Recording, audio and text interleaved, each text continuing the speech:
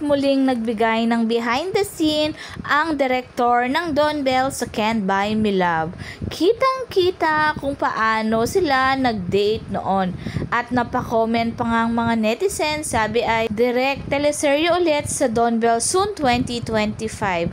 At hinart naman ng director nila. Mukhang pagkatapos ng Can't Buy Me Love, meron nang inalalatag sa Don Bell para sa kanilang next teleserye sa next year. Alam nyo naman, ang Don Bell hindi natitenga, talagang every year ay matrabaho sila. Kaya pala labs ng pag-aalala ni Bigo kay Caroline nung natomba sila sa kanilang last episode. Dahil natanong ng isang netizen, sabi ay, direct, totoo po bang nadapa si Bell sa obstacle course? At nagulat si Donnie, or scripted talaga yon? At sagot naman ng director, not scripted at with smile. Kaya labis ang pag-aalala noon ni Bingo. Parang naging Donnie Pangilinan siya. Kitang-kita naman nung sumakay sila sa airplane na wala man katao-tao, na sila lang dalawa.